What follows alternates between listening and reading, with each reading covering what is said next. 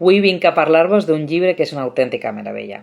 Ha estat publicat per Edelvives, Comunitat Valenciana, i és una història que va escriure Ariel Andrés Almada, que és un escriptor argentí, i que ha il·lustrat a una bellesa increïble Patri Pedro.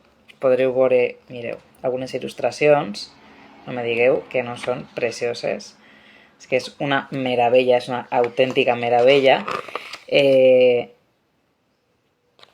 No cal dir res més.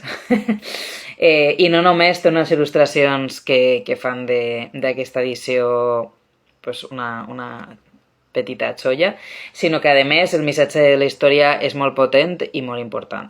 La xiqueta Arrel tracta de la naturalesa, de com escoltar la naturalesa, cuidar-la, estimar-la i d'algo encara més important, si és possible, que és que entre tots podem fer grans coses. Parla de la participació ciutadana, de la solidaritat i de com si decidim treballar juntes en la mateixa direcció podem arribar ben lluny.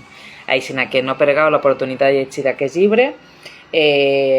Està en la col·lecció d'Albades a partir de 6 anys, així que encara que jo, que tinc 43, ho he gaudit a muntó. La xiqueta Arrel, no us oblideu que llegir en valencià està de moda.